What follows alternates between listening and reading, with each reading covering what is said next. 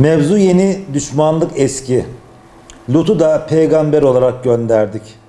Hani o kavmine şöyle demişti: gerçekten sizden önce dünyada hiçbir toplumun yapmadığı bir hayasızlığı işliyorsunuz. Rabbinizin sizin için yarattığı eşlerinizi bırakıyor da insanlar arasından erkeklere mi yanaşıyorsunuz? Siz gerçekten haddi aşan bir topluluksunuz.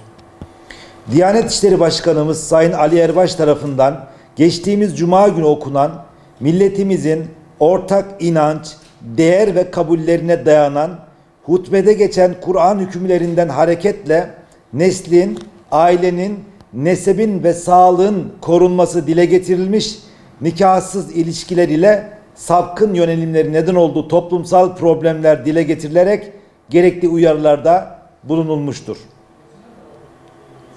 Hutbeden rahatsız olan, milletin değer ve inançlarıyla kavgalı kesim ve kuruluşlar hadlerini aşacak şekilde İslam'a ve Diyanet İşleri Başkanımıza hakaret ve iftira içerikli açıklamalar yapmış ve suç duyurularında bulunmuşlardır.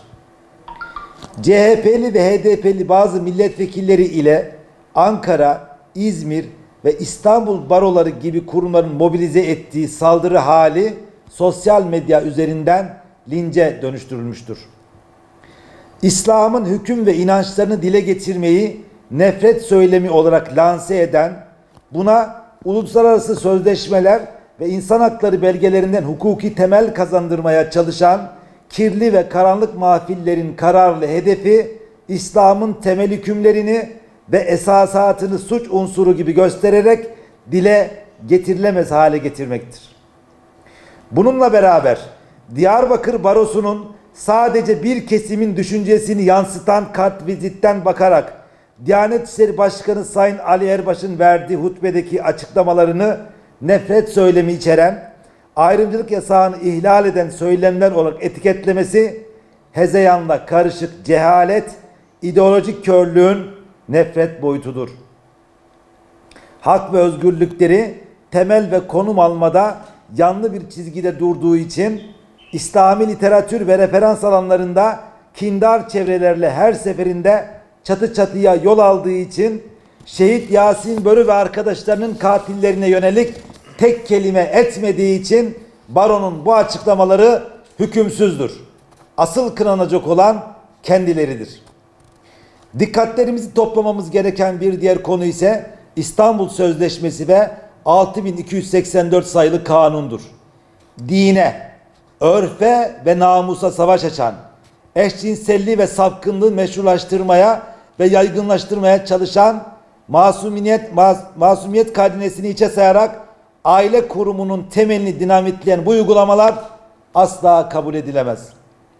Toplumsal bünyemizi bir ur gibi saran, kültürel ve ahlaki yozlaşmaya meşruiyet sağlamaya dönük olan 6284 sayılı kanun derhal kaldırılmalıdır.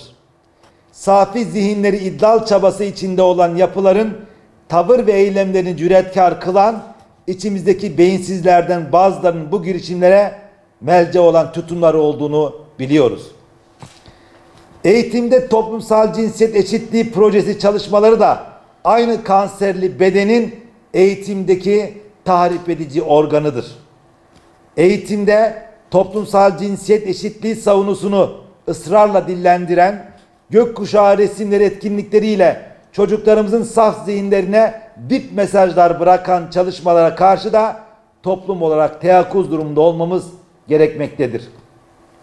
Sonuç olarak Ali Erbaş ve onun üzerinden Kur'an'ın hükümlerine yönelik saldırgan tutumlar sergileyen, hezeyanlarını fikir, ideolojik saplantılarını bilimsellik, ahlaksızlığı asrilik zanneden mezkur kesimler, milletin inanç değerleriyle problemi olan ve ideolojik bağnazlığa köle olmuş zavallılardır. Ülkemizin saygın kurumlarından Diyanet İşleri Başkanlığı'nın hutbe konusu açıklamalarının yanındaki kurumsal duruşunu önemsiyor.